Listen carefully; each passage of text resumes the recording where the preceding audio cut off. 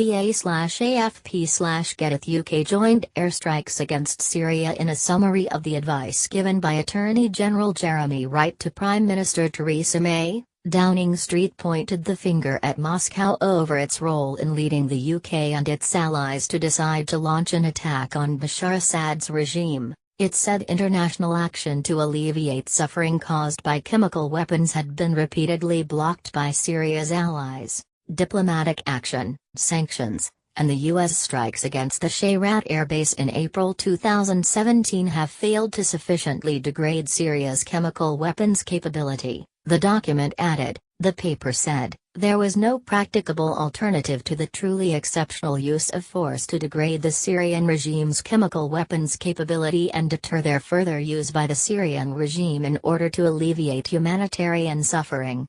UK Ambassador to the UN Karen Pierce insisted the government was certain of its legal case. The Note 10 paper said the UK met three demands under international law: that there is convincing evidence of extreme humanitarian distress, there is no practicable alternative to the use of force, and the action is necessary and proportionate, had been met, it said. In these circumstances, and as an exceptional measure on grounds of overwhelming humanitarian necessity, military intervention to strike carefully considered, specifically identified targets in order effectively to alleviate humanitarian distress by degrading the Syrian regime's chemical weapons capability and deterring further chemical weapons attacks was necessary and proportionate and therefore legally justifiable. AFP/Getty Syrian chemical weapons facilities were hit. Such an intervention was directed exclusively to averting a humanitarian catastrophe caused by the Syrian regime's use of chemical weapons, and the action was the minimum judged necessary for that purpose.